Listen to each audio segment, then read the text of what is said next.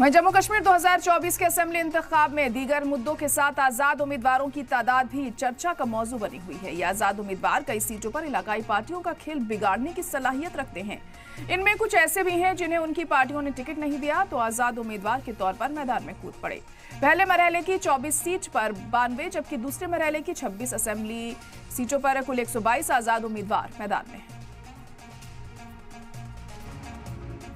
इलाकाई पार्टियों के अलावा इस चुनाव में बड़ी तादाद में आजाद उम्मीदवारों की मौजूदगी ने इस बार जम्मू कश्मीर असेंबली इलेक्शन को दिलचस्प बना दिया है। पहले दो मरहलों के उम्मीदवारों पर नजर डालें तो इनमें 44% से ज्यादा तादाद आजाद उम्मीदवारों की है। बता दें कि 2014 के असेंबली इंतखाब में 274 आजाद उम्मीदवार मैदान में थे, जिनमें से महज 3 ने ही जीत हासिल की। जीतने वालों में शेख इंजीनियर रशीद भी थे, जिन्होंने लंगेट असेंबली हलके से पीडीपी उम्मीदवार को 2500 से ज्यादा वोटों से हराया था। उनकी पार्टी अब असेंबली इंतखाब में इलाकाई पार्टियों को चैलेंज करने के लिए तैयार है।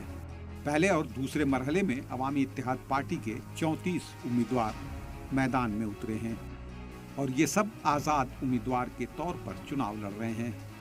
इब्तदाई 2 मरहलों के लिए कुल 485 उम्मीदवारों के पर्चे मंजूर हुए हैं। इनमें 214 आजाद हैं। इन 2 मरहलों में 50 असेंबली सीटों पर चुनाव होने हैं और सिर्फ बिजबिहाड़ा और कंगन एसटी ही ऐसी सीट है जिस पर एक भी आजाद उम्मीदवार नहीं है। राजौरी जिले की नौशेरा और बुद्धल एसटी असेंबली हलके में सिर्फ एक आजाद उम्मीदवार हैं। सबसे ज्यादा आजाद उम्मीदवार श्रीनगर जिले के असेंबली हलके ईदगाह और सेंट्रल शालटांग से हैं। इन दोनों सीटों पर 8 आजाद उम्मीदवार अपनी किस्मत आजमा रहे हैं। 8 असेंबली सीट पर 7 आजाद उम्मीदवार हैं। इनमें से 2 सीट श्रीनगर जिले की है